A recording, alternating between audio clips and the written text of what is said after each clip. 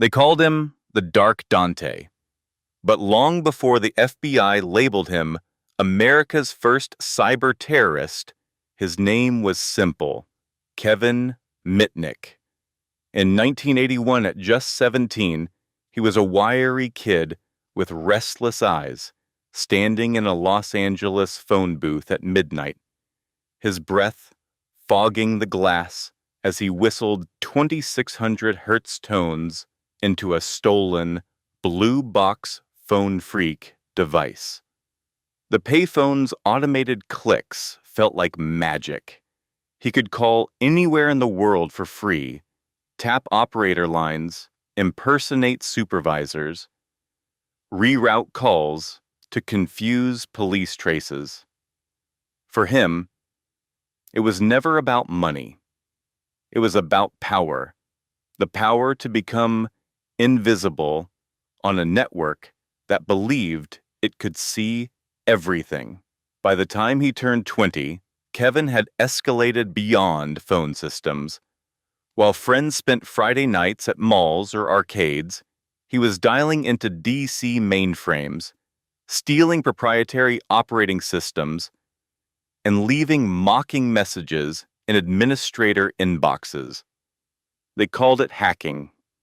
For Kevin, it was social engineering, an art form. He could charm a receptionist into revealing internal passwords, sweet-talk a network engineer into giving him modem dial-ins, or impersonate an FBI agent to redirect an investigation away from his own IP. His tools were floppy disks scribbled with passwords, not guns or bombs. But the chaos he unleashed rippled like nuclear fallout. In 1983, the FBI raided his apartment for hacking Pacific Bell's Cosmos system, the digital brain routing millions of calls across California. They expected a crime syndicate. Instead, they found a scrawny teenager in a Star Wars t-shirt. Stacks of stolen manuals piled beside empty Coke cans, and a Commodore computer humming softly beside his mattress on the floor. He was sentenced to a youth facility, but emerged smarter, angrier, hungrier for challenge. Each arrest refined his methods. Each courtroom taught him loopholes. Each cell sharpened his hatred for the suits who called him terrorist. At 2 a.m. on a winter night in 1992, Kevin sat alone in a dark apartment in Denver, hacking into Motorola and Nokia to steal their source codes. The apartment smelt of stale coffee and burnt ramen. He paused only to listen to police scanners, monitoring chatter for any mention of his name. His fingers blurred over keys. On his flickering CRT monitor, he now controlled switches that powered phone grids in entire cities. He could kill phone lines to hospitals, airports, 911 services, government buildings. For a moment, he wondered what true terror would feel like. Entire regions cut off, chaos in the dark. But that wasn't his goal. He wanted respect. Fear was just a convenient byproduct. Then, in 1995, it ended. At dawn, dozens of FBI agents in tactical black stormed his apartment.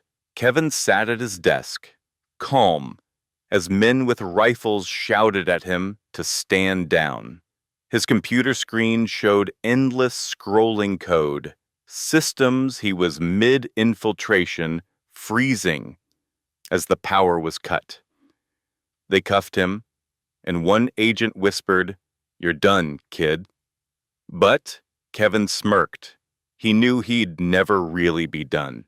In interviews, prosecutors called him a cyber terrorist, a man so dangerous they argued he could start a nuclear war by whistling into a payphone. Judges denied him bail for fear he'd hack NORAD with a single phone call.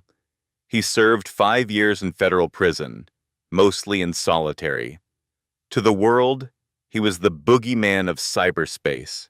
But to kids with Commodore 64s and dial-up modems, he was legend.